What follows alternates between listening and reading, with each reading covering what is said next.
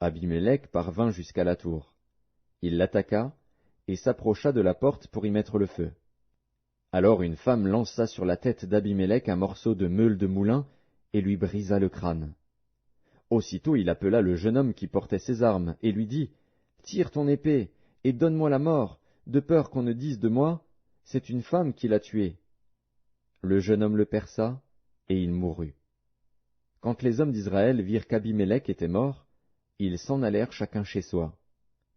Ainsi Dieu fit retomber sur Abimélec le mal qu'il avait fait à son père, en tuant ses 70 frères, et Dieu fit retomber sur la tête des gens de Sichem tout le mal qu'ils avaient fait.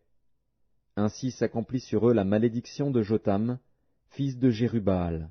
Livre de Ruth, chapitre 1. Du temps des juges, il y eut une famine dans le pays.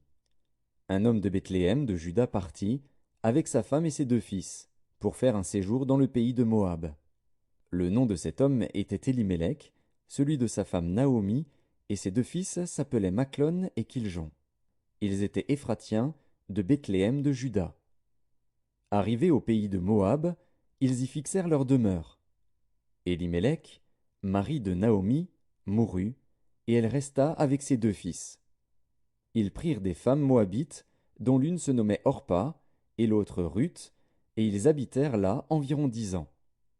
Maclon et Kijlon moururent aussi tous les deux, et Naomi resta privée de ses 2 fils et de son mari. Puis elle se leva, elle et ses belles-filles, afin de quitter le pays de Moab, car elle apprit au pays de Moab que l'Éternel avait visité son peuple et lui avait donné du pain.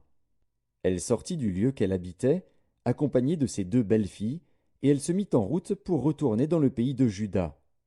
Naomi dit alors à ses 2 belles-filles, « Allez, retournez chacune à la maison de sa mère. Que l'Éternel use de bonté envers vous, comme vous l'avez fait envers ceux qui sont morts et envers moi. Que l'Éternel vous fasse trouver à chacune du repos dans la maison d'un mari. » Et elle les baisa. Elles élevèrent la voix et pleurèrent. Et elles lui dirent, « Non, nous irons avec toi vers ton peuple. » Naomi dit, « Retournez, mes filles, pourquoi viendriez-vous avec moi? Ai-je encore dans mon sein des fils qui puissent devenir vos maris? Retournez, mes filles, allez, je suis trop vieille pour me remarier. Et quand je dirai, j'ai de l'espérance, quand cette nuit même je serais avec un mari et que j'enfanterai des fils, attendriez-vous pour cela qu'ils eussent grandi? Refuseriez-vous pour cela de vous marier?